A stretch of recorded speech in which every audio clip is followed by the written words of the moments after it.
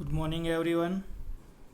Mechanical એન્જિનિયરિંગની અંદર subject manufacturing engineering 3ની અંદર લાસ્ટ લેક્ચરમાં આપણે વાત કરી હતી ચેપ્ટર નંબર 4 થ્રેડ પ્રોડક્શન મેથડની અંદર જે થ્રેડ રોલિંગ પ્રોસેસ છે એના વિશે વાત કરી હતી.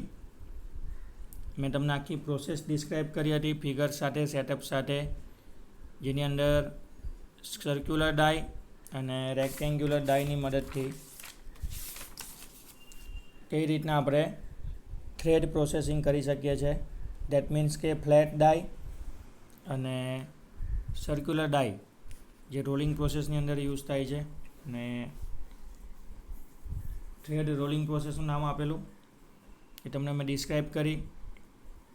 લેક્ચરના એન્ડિંગમાં આપણે કમ્પેરિઝન કરેલું કે ફ્લેટ ડાય અને સર્ક્યુલર ડાય જે આવે છે એ બેની વચ્ચે કમ્પેરિઝન એટલે કે તુલના કરેલી આપણે. એમાં આપણે જોયેલું, કન્ક્લુઝન કરેલું કે બેઝિકલી જે ફ્લેટ ડાય છે એ સૌથી સારી છે સર્ક્યુલર ડાયની કમ્પેરમાં થ્રેડ રોલિંગ પ્રોસેસ કરીને થ્રેડ પ્રોડ્યુસ કરવા માટે. આજે આપણે આગળ જોવાનું છે. થોડીક આપણે થિયરી બાકી રહી ગયેલી ગઈકાલે. થ્રેડ રોલિંગ પ્રોસેસની અંદર જ તમને અલગથી એમ પૂછી લે કે થ્રેડ રોલિંગ પ્રોસેસના ફાયદા શું છે અને state the advantages of the thread rolling process. તો થિયરી આપણી કન્ટિન્યુઅસ જ છે કે થ્રેડ રોલિંગ પ્રોસેસ સમજાવો ડિટેલમાં. એમાં આખી પ્રોસેસ, એના એડવાન્ટેજીસ, ડિસએડવાન્ટેજીસ આવશે. પણ તમને આ ક્વેશ્ચન અલગથી પણ પૂછી શકે છે. આખી થિયરી આપણી કેવી છે તો કે થ્રેડ રોલિંગ પ્રોસેસ, એના એડવાન્ટેજીસ, ડિસએડવાન્ટેજીસ અને લાસ્ટમાં એની એપ્લિકેશન એટલે કે યુઝીસ. ક્લિયર? પણ 3 માર્ક્સની અંદર તમને થ્રેડ રોલિંગ પ્રોસેસના એડવાન્ટેજીસ, ડિસએડવાન્ટેજીસ અથવા ખાલી એપ્લિકેશન અલગથી પણ પૂછી શકાય છે અને પૂછાયેલી છે જીટીયુની અંદર 2016ની અંદર. કાંઈ વાંધો નહીં, આપણને તો આવડશે જ, આપણે જોઈ પણ લઈએ. ચાલો, શું કહે છે થ્રેડ રોલિંગ પ્રોસેસના એડવાન્ટેજીસની અંદર? તે કોલ્ડ વર્કિંગ પ્રક્રિયા હોવાથી તેમાં સરફેસ ફિનિશ અને એક્યુરેસી વધુ સારી મળે છે.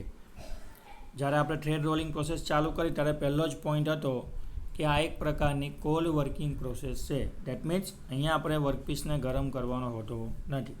આખી જે પ્રોસેસ થાય છે થ્રેડિંગ માટેની થ્રેડ રોલિંગ પ્રોસેસથી એ રૂમ ટેમ્પરેચરે થાય છે. એટલે એવું કહી શકાય કે આ કોલ્ડ વર્કિંગ પ્રક્રિયા છે. અને કોલ્ડ વર્કિંગ પ્રક્રિયામાં એઝ ઓલવેઝ આપણને સરફેસ ફિનિશ અને એક્યુરેસી વધુ સારી જ મળશે. ઓકે, એમાં કોઈ ડાઉટ નથી અને કોઈ બીજી વાત નથી. સેકન્ડ, તે નબળી ધાતુમાં થ્રેડ પાડી તેના ગુણધર્મોમાં સુધારો કરે છે. જો કોઈ નબળી ધાતુ હોય, કોઈની પ્રોપર્ટી સારી ના હોય એવી ધાતુમાં પણ એ શું કરે છે તો કે થ્રેડ રોલિંગ પ્રોસેસથી થ્રેડ પડશે અને એના જે યાંત્રિક ગુણધર્મો છે એમાં સુધારો કરશે. મતલબ થ્રેડ પણ પાડતું જશે અને ધાતુને સુધારતું પણ જશે. ક્લિયર? બહુ મોટો ફાયદો છે. 2 in 1. તેમાં ચીપ ઉત્પન્ન થતી નથી. મતલબ થ્રેડ રોલિંગ પ્રોસેસ કરો ને તો એકદમ સાફ સુથરી પ્રોસેસ છે. કોઈ તમને ચીપ નહીં મળે, કોઈ મેટલ નીકળશે નહીં, કોઈ જગ્યા ગંદી નહીં થાય. ઓકે, કોઈ કુલન્ટની જરૂર નહીં પડે, કોઈ ચીપ બી પૂડીને કોઈ એક્સિડન્ટ થવાના ચાન્સ નથી, કોઈ ચીપ હેન્ડલિંગ કરવાનો પ્રોબ્લેમ નથી, ચીપને ડિસ્પોઝેબલ અથવા ડિસ્પોઝ કરવાનો બી કોઈ પ્રોબ્લેમ રહેતો નથી. ચોખ્ખી પ્રોસેસ છે. થ્રેડ એક સરખા અને ઝડપથી પડે છે. આખા વર્કપીસ ઉપર, વર્કપીસની જેટલી લંબાઈ હશે ને તે બધી જગ્યાએ એક સરખા થ્રેડ પડશે અને પડવા પણ જોઈએ. અને પાછું કેવું થાય છે તો કે ઝડપી પડે છે. પ્રોસેસ થોડી ફાસ્ટ છે અને અત્યારે બધાને ફાસ્ટ જ જોઈએ છે, બધાને ઉતાવળ જ હોય છે. 5મું, તેમાં ટૂલનો ખર્ચો ઓછો આવે છે અને ટૂલ લાઈફ વધુ હોય છે. એક જ વખત તમારે વ્યવસ્થિત શું કરવાનું છે? ડાય સિલેક્ટ કરી લેવાની છે ફ્લેટ અથવા સર્ક્યુલર રોલિંગ પ્રોસેસ માટે. એટલે સ્ટાર્ટિંગમાં થોડો ખર્ચો આવશે, પછી તમારે ખર્ચો આવવાનો નથી. કારણ કે આની જે ટૂલ તમે યુઝ કરો છો ને ડાય થ્રેડ પાડવા માટે, એની લાઈફ બહુ જ બધી હોય છે. તો તમે ઘણા બધા વર્કપીસ રોલિંગ પ્રોસેસથી એની ઉપર થ્રેડ પાડી શકો છો ઓછા ખર્ચે. જુદા જુદા સ્વરૂપના થ્રેડ પાડી શકાય છે, જે આપણે લગભગ 8 કે 12 અલગ અલગ પ્રકારના થ્રેડ જોયેલા. Square, buttress, Acme, British standard, Whitworth. Okay, તો ઘણા બધા પ્રકારના થ્રેડ છે. બ્રિટિશ એસોસિએશન, બધા થ્રેડ તમે અલગ સ્વરૂપમાં પાડી શકો છો. જેવા થ્રેડ એવી ડાઈ બનાવવાની, સિમ્પલ વસ્તુ છે. મટીરિયલનો બગાડ થતો નથી. હવે આમાં તમારી ચીપ જ પ્રોડ્યુસ નથી થવાની, બરાબર છે. અને સિમ્પલી આપણે ખાલી ફોર્મિંગ ટૂલથી થ્રેડનો આકાર જ જનરેટ કરવાનો છે, બરાબર. કટિંગ કે મશીનિંગ થવાનું નથી, વેલ્ડિંગ થવાનું નથી, ટેમ્પરેચર પ્રોડ્યુસ થવાનું નથી. ખ્યાલ આવે છે? જોરમાં હથોડી કે કોઈ કટિંગ ફોર્સ કે બીજું કોઈ બાહ્ય બળ આપણે લગાવવાના છે નહીં. તો કોઈ પણ જગ્યાએ મટીરિયલ બગાડ થવાનો અથવા વર્કપીસ બગડી જવાનો ચાન્સ જ નથી. એટલે જે વેસ્ટ કહીએ ને આપણે, એ આની અંદર નીકળશે નહીં. ઓકે, ઘણા બધા ફાયદા છે. જોજો પછી આપણે આગળ વધીએ. માસ પ્રોડક્શન માટે વધુ અનુકૂળ છે. આની આગળ જ આપણે ફાયદાની અંદર જોઈ ગયા. ચોથા નંબરનો ફાયદો કે થ્રેડ એક સરખા બને છે અને ઝડપી પ્રોસેસ છે. હવે પ્રોસેસ ઝડપી છે અને એક સરખા થ્રેડ બને એટલે શું થાય? તો કે તમે same thread number of workpiece જો વધારે હોય, એટલે કે બહુ જ બધી સંખ્યામાં વર્કપીસ હોય અને એની ઉપર જો તમારે થ્રેડ પાડવા હોય તો તમે માસ પ્રોડક્શનથી પાડી શકો છો. અને માસ પ્રોડક્શન માટે આ પ્રોસેસ એકદમ અનુકૂળ છે, એટલે કે સુટેબલ છે, બેસ્ટ છે. આગળ ફટીગ સ્ટ્રેન્થ અને સ્ટીયરિંગ સ્ટ્રેન્થ વધે છે. કોની? વર્કપીસ ઉપર તમે જે થ્રેડ બનાવો છો ને, જે આંટા પાડો છો, એની ફટીગ સ્ટ્રેન્થ અને સ્ટીયરિંગ સ્ટ્રેન્થ વધે છે. ક્લિયર? આગળ છે કટર માર્ક રહેતા નથી. ઘણીવાર કેવું થાય કે તમે કોઈ વર્કપીસને હેક્ઝોથી કટ કરી હોય તો ઉપર કટ કરેલું દેખાય કે ભાઈ અહીંયા હેક્ઝોથી કટ કરેલું છે. પછી કોઈ જગ્યાએ આપણે વેલ્ડિંગ કરીએ તો ત્યાં પણ આપણને ખબર પડે કે અહીંયા વેલ્ડિંગથી જોઈન્ટ મારેલું છે. કોઈક જગ્યાએ આપણે મશીનિંગ કરીએ અથવા સિંગલ પોઈન્ટ કટિંગ ટૂલથી થ્રેડ પાડીએ ને તો ખબર પડી જાય કે અહીંયા આ રીતના થ્રેડ પાડેલા છે. પણ રોલિંગ પ્રોસેસથી જો તમે આપણે થ્રેડ બનાવીશું તો એની જે કટર છે, સર્ક્યુલર ડાય છે, ફ્લેટ ડાય છે, એ જે થ્રેડ કટ કરશે ને એના કોઈ માર્ક રહેતા નથી, એટલે કોઈ નિશાન રહેશે નહીં. ક્લિયર? એકદમ અપ ટુ ડેટ પ્રોસેસ છે, એકદમ મસ્ત આપણને થ્રેડ કટ કરી આપશે. આગળ છે એલ્યુમિનિયમ, કોપર, બ્રાસ, સોફ્ટ ધાતુ. ભાઈ હવે તમને યાદ રહેવું જોઈએ, તમે મટીરિયલ સાયન્સ અને મેટરોલોજી જબરજસ્ત ભણીને આવ્યા છો. જીગર સરે તમને ભણાવેલું હશે મટીરિયલ સાયન્સ અને મેટરોલોજી, એટલે તમને આ કન્સેપ્ટ બધાવે ક્લિયર હોવા જોઈએ. જેવા તમને 4-5 ધાતુના નામ ખબર પડે એટલે તમને મગજમાં તમારું એકદમ પેલું બાયફર્ગિકેશન થઈ જવું જોઈએ કે એલ્યુમિનિયમ, કોપર અને બ્રાસ એટલે સોફ્ટ ધાતુ છે, નોન ફેરસ મેટલ. ક્લિયર? પછી સ્ટીલ, HSS એ બધું બોલે તો મગજમાં આવવું જોઈએ કે સર આ બધી છે ને હાર્ડ ધાતુ છે. ક્લિયર? તો એલ્યુમિનિયમ, કોપર અને બ્રાસ છે ને બધી સોફ્ટ ધાતુ છે. તો સોફ્ટ ધાતુ ઉપર કેવું હોય કે થ્રેડ બનાવવામાં છે ને તમારે સોફ્ટ ધાતુ હોય તો થ્રેડ બનાવવામાં બહુ ધ્યાન રાખવું પડે. એટલે શું થાય? ડાય આગળ થ્રેડ બનાવતી જાય અને પાછળનો ડાયનો જે આખો પોર્શન છે એમાં આગળનો પોર્શન શું કરે? તો કે થ્રેડ બનાવતું જાય અને પાછળનો પોર્શન શું કરે? એ થ્રેડને પાછું મીટાવતું જાય, ઘસતું જાય, કાઢી નાખે, બગાડી નાખે. કારણ કે સોફ્ટ ધાતુ છે, બહુ સાચવીને કામ લેવું પડે. છોકરી જેવું કામ છે, બરાબર? સાચવીને પંપાડીને કામ કરાવવું પડે.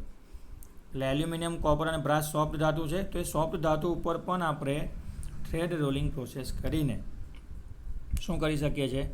થ્રેડિંગ કરી શકીએ છીએ, એટલે કે આંટા પાડી શકીએ છીએ.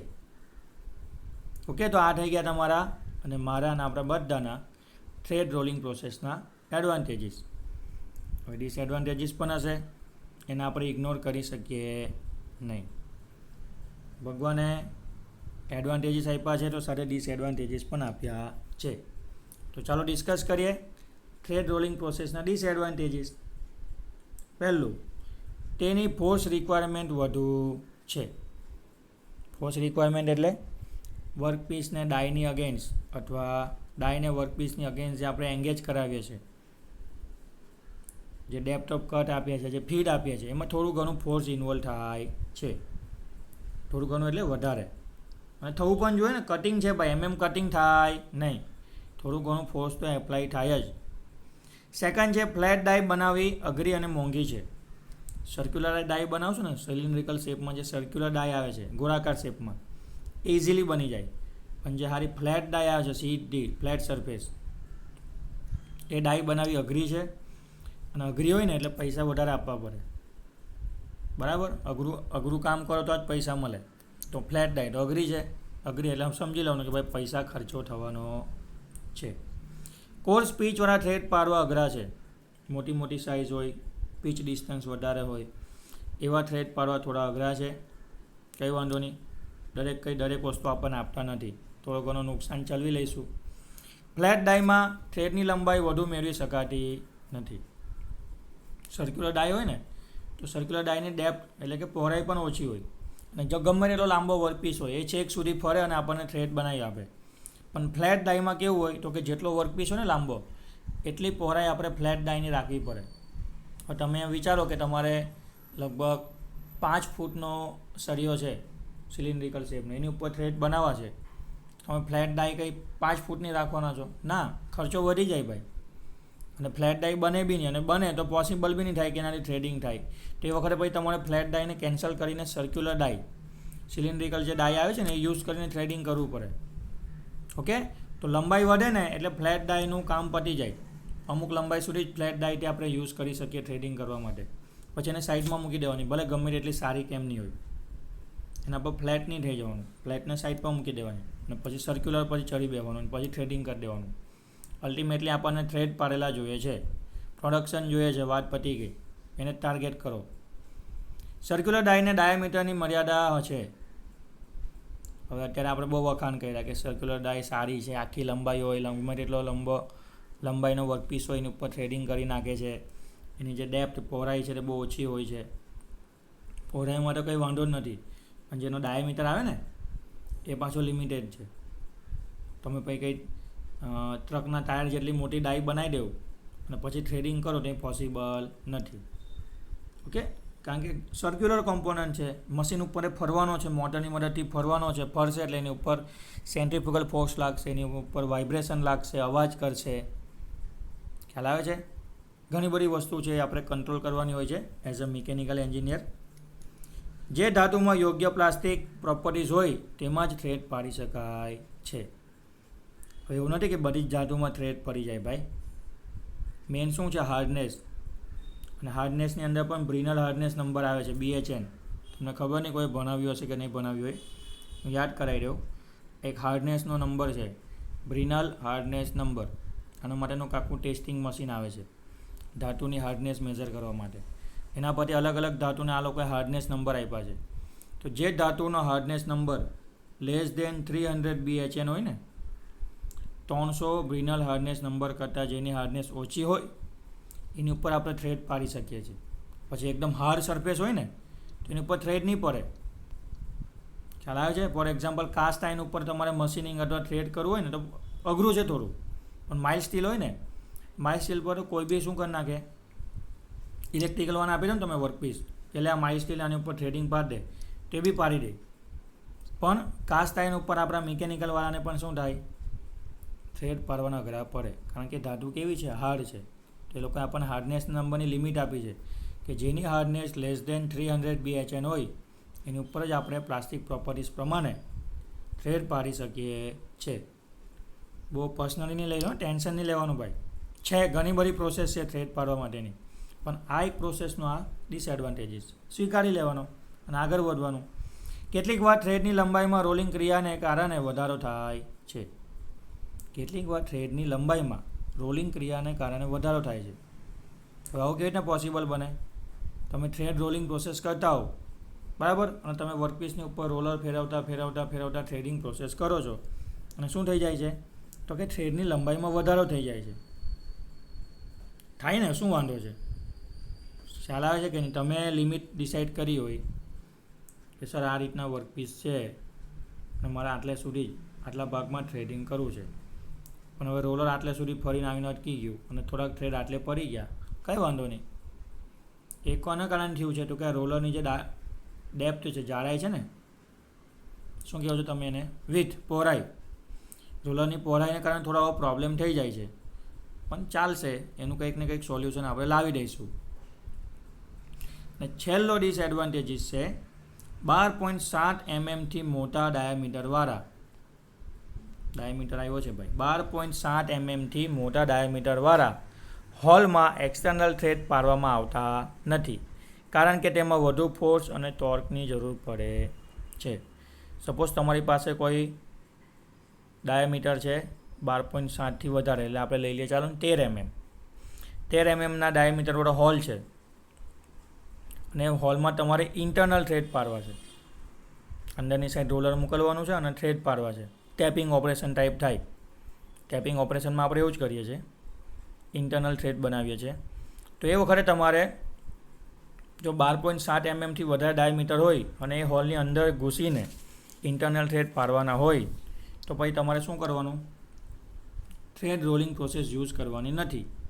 કેમ? તો કે એમાં વધુ ફોર્સની જરૂર પડે, વધુ ટોર્કની જરૂર પડે, જે પોસિબલ નથી. તો સમજી જવાનું, ના પાડવાની સાહેબને કે સાહેબ 12.7 એટલે 12.5 લગી જ મારી પાસે આવજો. 12.5 mm તો જ આવજો, બાકી આપણા પાસે વર્કપીસ બનશે નહીં. તો સર કે હું ક્યાં જાઉં? સુપરવાઇઝર કહેતો કે બીજા ડિપાર્ટમેન્ટમાં જાઉં, ત્યાં બીજા મશીન છે જ્યાં થ્રેડિંગ પ્રોસેસ થાય છે, મિલિંગ પ્રોસેસથી થ્રેડ બને છે, લેથ મશીન પર થ્રેડ બને છે, ત્યાં બની જશે. ઘણા બધા સોલ્યુશન છે. ક્લિયર? જુગાડ કરીને કામ ચલીને કામ પૂરું કરવાની તૈયારી રાખવાની નથી. ખ્યાલ આવે છે? ટેકનિકલ વસ્તુ છે, જો બગડી જશે તો પૈસા કટ થઈ જશે.